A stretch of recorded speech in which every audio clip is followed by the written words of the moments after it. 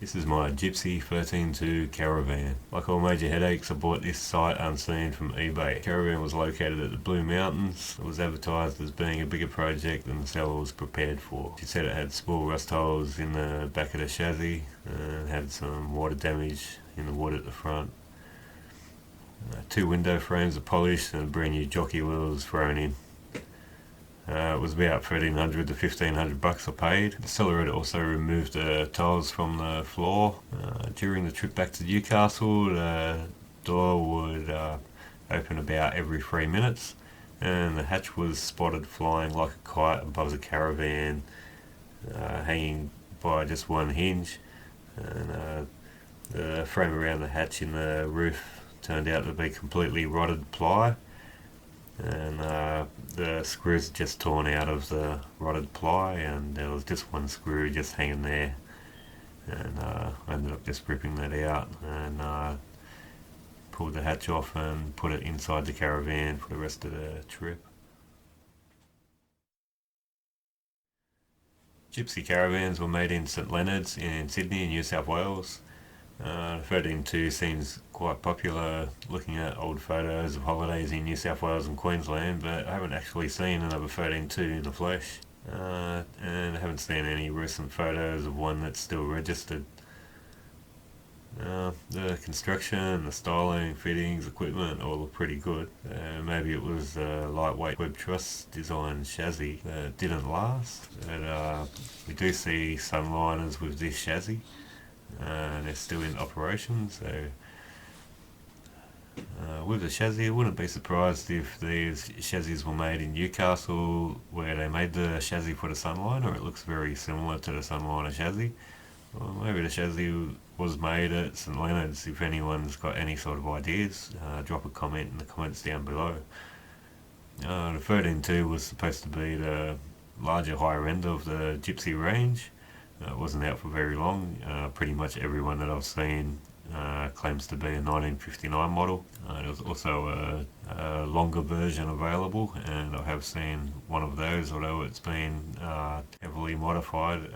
There is a photo of one on the internet, and they've got basically the same shape. It's just longer in the middle, and it's got a shower in there. The 13-2 was designed to be towed by Holden. Current Holdens at the time were the FE and FC model Holdens. What's most unique about this one here is that all of the cupboards have Formica facings on them, and they sit flush rather than sitting proud of the cabinetry and being painted wood. It's just slightly more modern, and when you look at the Formicas that are used, they do look pretty much period correct to 59, 1960. So it doesn't really mean that they've been added at a later date. This could have just been some special order. I'm not quite sure what the go is there, but if anyone's seen a Gypsy 13-2 that's got a similar interior with laminated doors, laminated cupboard doors in the kitchen, then leave a comment down below. Yeah, so the previous owner had thrown all the tiles out, ripped them up off the floor, probably completely disregarding that they were glued down with an asbestos mastic and they were an asbestos tile. Yeah, I've come across these other tiles here, and I'm just trying a few different configurations here. I'm pretty happy with the colours that I got. I want that summer holiday feel, like 1960 to 1962 kind of thing. 1962 is like the peak of the 1950s, as George Lucas said when he created American Graffiti. Alright, so I took that brake drum off, and I was having a look at it. It's all pretty old gear, as you would expect. So I took the drum and that down to the drum and the hub. So that's one of these deals where it's all as one, like the old cars often had.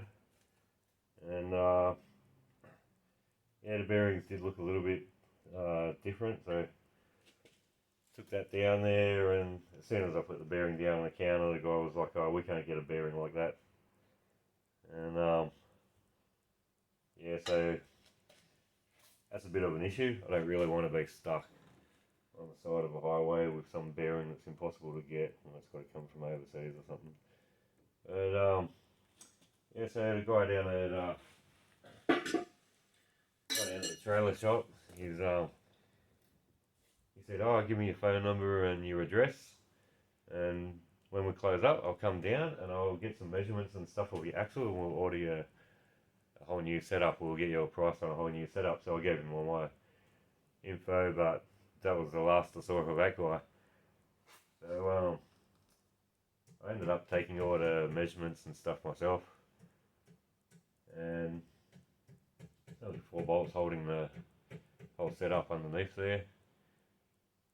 And I sent off an email to Alco, who are also the distributors of other brands that sell this independent rubber torsion suspension that is fitted to a lot of new caravans. It's like a new modern high-tech sort of suspension setup, but it actually existed back then in the 50s.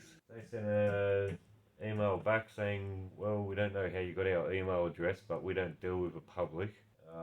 If you want to get a axle for that caravan, you're going to have to take that caravan to a caravan repairer and have them remove the old axle and take all the measurements and have them fit the new axle with the new brakes and hook all the new brakes up." It's not really practical. I can't really tow the caravan like this.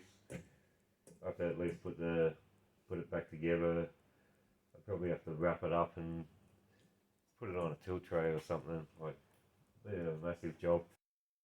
And at the moment, we just want to get all this underneath of it sorted out. So once I know all that's good, I can get back into finishing the top of it without having to worry anymore about the stuff underneath. And that way, when it's all starting to look finished, I know I can just sort of jump in it and start using it soon without having stuff done half-assed underneath. But now, unfortunately, it's not looking good for getting brand new axle brakes.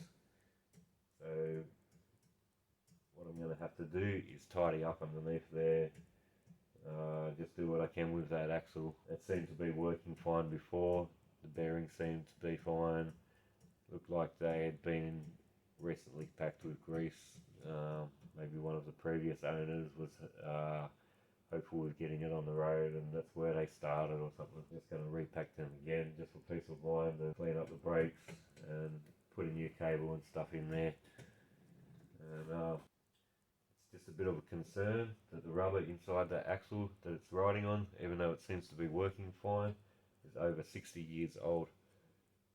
And without pulling the axle apart, we don't know if there's rust inside that tube. It seems to be pretty heavy still on that tube, so I'm not sure if that's a big issue or not.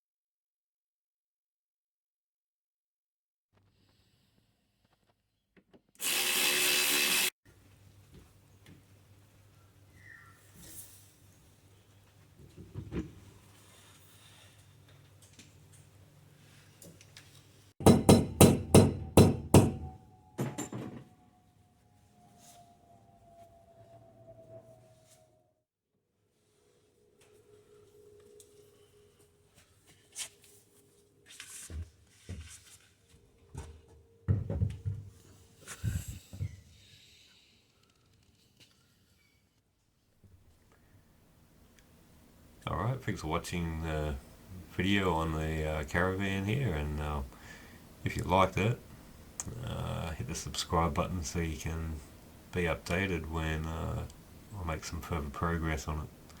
Thanks for watching again.